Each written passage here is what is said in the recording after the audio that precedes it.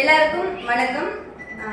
First of all future India நிறுவனத்துக்கும் MD sir mister Sakthivel sir அவர்களுக்கும் founder, அதாவது சென்னை பிரான்ச்சோட ஃபவுண்டர் டி சோமுதயன் சார் அவர்களுக்கும் என்னோட மனமார்ந்த நன்றிகளை நான் சொல்லிக்கிறேன். என்னடா இந்த 21 வயசு பொண்ணு என்ன திடீர்னு யூடியூப் சேனல்ல வந்திருக்காங்க, போனாலும் எதையும் அச்சீவ்மெண்ட்லாம் பண்ணாங்க போல, ஒருவேளை அதனால சொல்ல வந்திருப்பாங்களோ.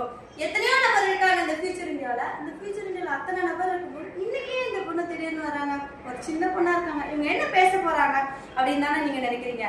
கண்டிப்பா பாருங்க, வீடியோட முடிவுல எல்லாமே தெரியும். அதாவது என்னோட நேம் பாத்தீங்கன்னா ஜி உமா மகேஸ்வரி. நான் கும்பகோணத்துலேருந்து வந்திருக்கேன். கும்பகோணம்க்கு பக்கத்துல சித்தமல்லி அப்படிங்கிற ஒரு சின்ன வில்லேஜ்ல இருந்து தான் வந்திருக்கேன். எனக்கு வயசு பாத்தீங்கன்னா 27 தான் ஆகுது. நான் பிஎஸ்சி மேக்ஸ் முடிச்சிருக்கேன். இந்த நிறுவனத்துக்கு வந்து கிட்டத்தட்ட ஒரு 9 மாதங்கள் ஆகுது. இந்த 9 மாதங்களுக்கு முன்னாடி சென்னையில இண்டஸ்ட்ரியல் ஏரியால ஒர்க் பண்ணியிருக்கேன் அப்படின்னா கிட்டத்தட்ட ரொம்ப கஷ்டப்பட்டு ஒர்க் பண்ணியிருக்கேங்க. அப்பா இறந்த ஒரு பொண்ணு, ரீசெண்ட் ஆக்சிடென்ட்ல அப்பா இறந்துட்டாங்க. சரி, சென்னை பண்ண வாழ்க்கையில மாறிடும் அப்படின்னு ஒரு நோக்கத்துல தான் சென்னைக்கு வந்தேன். சென்னைக்கு வந்து முதல்ல மறைமன் நகர் அப்படிங்கிற ஒரு மறைமன் நகர்ல யூகால் அப்படிங்கிற ஒரு கம்பெனில ஒர்க் பண்ணா வெறும் மாதம் 12,000 வருமானத்துக்காக. அடுத்து பாத்தீங்கன்னா இங்க என்னோட வாழ்க்கை தரம் மாறலையே, இந்த 12,000 வச்சு நம்ம ஃபேமிலி எப்படி ரன் பண்ண போறோம். அடுத்த ஒரு கம்பெனிக்கு போனேன். அதிகபட்ச சேலரிக்காகலாம் ஏறலுங்க, ஒரு மாசம் 20,000 கிடைச்சிடாதா அப்படிங்கிற ஒரு நோக்கத்துல தான் ஒவ்வொரு கம்பெனியும் ஏறுதுங்க. அடுத்தது மகேந்திரா சிட்டில மேக்னா ஆட்டோமேட்டிக் பிரைவேட் லிமிடெட் அப்படிங்கிற ஒரு கம்பெனிக்கு போனேன். நெக்ஸ்ட் அதுலயும் வெறும் 13,000 தான் சேலரி வந்தது. இதுவும் நம்ம வாழ்க்கை தரம் மாத்தலையே. அடுத்தது ஃபாக்ஸ்கார் ஸ்ரீபெரும்புத்தூர்ல இருக்கு, அந்த கம்பெனிக்கு போனேன். மாசம் ஒரு 14,000 கிடைச்சது. ஏன்னா நம்ம லைஃப் இதோட முடிஞ்சிச்சா அப்படின்னு முடிவு பண்ணலங்க. எனக்கான இடம் இது கிடையாது அப்படின்னு ஒரு நோக்கத்துல சரி பாத்துக்கலாம், வாழ்க்கை இது வரைக்கும் போகுது அப்படின்னு ஒரு இந்த வாய்ப்பு என்னோட நெருங்கிய நண்பர் மூலமா எனக்கு இந்த வாய்ப்பு கிடைச்சது. இந்த வாய்ப்பை எடுக்கும் போது என்ன நினைச்சு எடுத்தனா, பரவாயில்ல 70,000 சம்பாதிக்க முடியும்னு சொல்றாங்க, இவ்வளவு பேர் சம்பாதிச்சிருக்காங்க, இதுல அதிகமாலாம் சம்பாதிக்கணும்டா, ஒரு 20,000 மாசம் சம்பாதிச்சா போதும், அந்த ஒரு மைண்ட் செட்ல தான் இந்த பிசினஸ் எடுத்தேன். எடுக்கும்போது நல்லா யோசிச்சு பாருங்க, கஷ்டப்பட்டிருக்கேன். 2 வருஷம் இண்டஸ்ட்ரியல் ஃபீல்ட்ல ஒர்க் பண்ணியிருக்கேன். ஒரு 15,000 வாங்குறதுக்கு 30 நாள் வேலை செஞ்சிருக்கேன். அப்படி இருக்கிற ஒரு பட்சத்துல இவ்வளவு வருமானம் வாங்கலாம், அப்ப கண்டிப்பா ஏன் நம்ம ஒரு தடவை முடிவு எடுத்து பார்க்க கூடாது. 3,500 ரூபாய் தானே வந்தா மலை அப்படிங்கிற ஒரு நோக்கத்துல தான் நான் முடிவு எடுத்தேன்.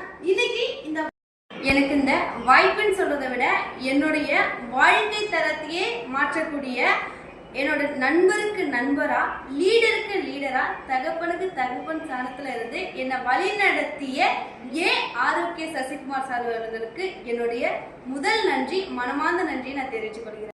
நான் எடுத்து கிட்டத்தட்ட ஒரு 9 மாதங்கள் ஆகுது. இந்த 9 மாதங்கள்லயும் நான் ஆரம்ப காலகட்டங்களில் பிசினஸ் எடுக்கும்போது நினைச்சேன், நம்மளால முடியுமா, நம்மளால டீம் செட் பண்ணி சம்பாதிக்க முடியுமா, சின்ன பொண்ணா இருக்கமே, வெளியூர்ல இருந்து இருக்கமே அப்படி ஒரு தாட் இருந்துச்சு. சரி, என்னதான் நடக்குது பார்த்துப்போம். என்னோட லீடர்ஸ் எல்லாமே கைடன்ஸ் பண்ணாங்க, என்ன அவங்க சொல்லி கொடுக்குற மாதிரி ஒர்க் பண்ணேன். இன்னைக்கு போன வாரம், அதாவது லாஸ்ட் வாரம் கோல்டு மேனேஜர் அப்படிங்கிற ஒரு போஸ்ட் அச்சீவ் பண்ணி கிட்டத்தட்ட ஒரு 21 வயசு பொண்ணால ஒரு வார வருமானம் 17,500 ரூபாய் சம்பாதிக்க முடியும் அப்படிங்கறத ப்ரூவ் பண்ணி காமிச்சிருக்கேன். இது வந்துட்டு அதாவது 17,500 ரூபாய். நான் அடுத்த விஷயமும் யோசிச்சேன், நம்ம இந்த 17,000க்கு அவ்வளவு கஷ்டப்பட்டிருக்கோம் வெளி உலகத்துல, ஆனா இங்க ஒரு வாரத்திலே இந்த வருமானம் வருதுன்னா அப்பதான் ஒரு விஷயம் யோசிக்கிறேன், அடுத்த வாரமும் இதை விட அதிகமா வாங்க முடியும், வாங்குற ஒரு வாய்ப்புல தான் நான் இருக்கு.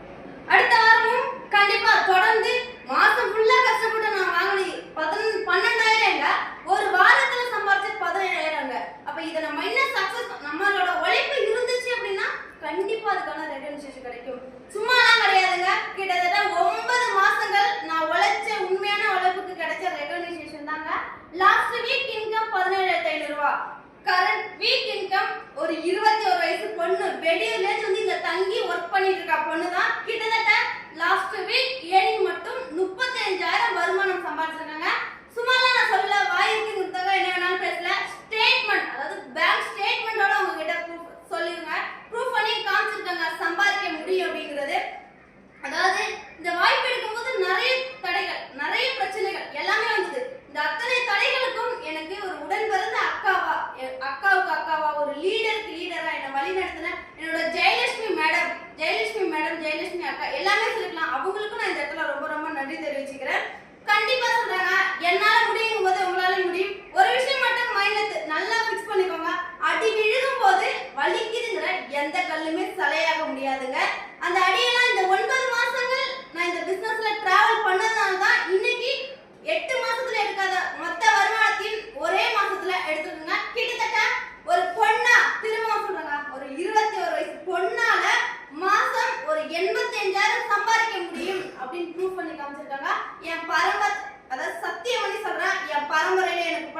வயசுல மூத்தவன் எத்தனையோ பேர் இருக்கான் என் கூட பிறந்தவன். அவன்லாம் மாசம் கஷ்டப்பட்டு வாங்குற 25,000 35,000 நான் ஒரு வாரத்துல சம்பாதிச்சு என்னாலையும் சம்பாதிக்க முடியும் ப்ரூவ் பண்ணி காமிச்சிருக்கேங்க. என்னால முடியும் போது கண்டிப்பா உங்களால முடியும். லீடர்ஸ் சொல்றதை கேட்டு அவங்க சொல்றத செஞ்சதுனால தான் இன்னைக்கு நிறுவனத்துடைய நியூ எம்ப்ராய்டரி மேனேஜர் அப்படிங்கிற போஸ்டிங்ல இருக்க 1 வீக் 35,000 சம்பாதிக்க முடியுங்கிற லெவல்ல இருக்கேன். கண்டிப்பா என்னால முடியும் போது உங்களால முடியும். இதோட ஸ்டாப் ஆகாதுங்க. கண்டிப்பா கரண்ட்ல அதாவது அடுத்த வாரமா இருக்கலாம், ரொம்ப ஷார்ட் அண்ட் பீரியட்ல அடுத்த புது நியூலங்க முதல் டைமண்ட் டைரக்டரை நீங்க பார்க்கலாம். எல்லாருக்குமே thank you. Wish you all the best. எல்லாருமே எடுத்துக்கணுங்க. தேங்க்யூ.